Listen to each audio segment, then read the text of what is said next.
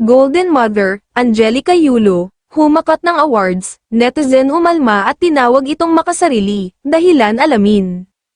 Muling pinarangalan bilang ina ng taon, si Angelica Yulo, ang mommy ni two-time Olympic gold medalist Carlos Yulo. Bago ito, itinanghal si Angelica bilang Most Exceptional Woman of the Year ng Asia's Man at Woman of the Year Excellence Awards at ulirang ina ng Southeast Asian Achievement Awards.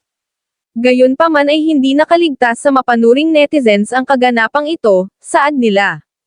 Kahit gaano pa kadaming award yung matanggap mo, di pa rin matutumbasan yung sakit na dinulot mo sa puso ng anak mo. Kung deserve mo parangalan at mamuhay ng maayos, deserve din yun ni Kaloy, di niya deserve na mabash ng dahil sa nagmumukha kang kawawa sa social media. Dagdag pa ng isa, ang ulirang ina raw ay hindi hahayaang mabash ang sariling anak, mukha rin daw masaya si Angelica na kinakampihan siya ng mga Pilipino, dito pa lang daw ay makikita ng makasarili at greedy itong ina.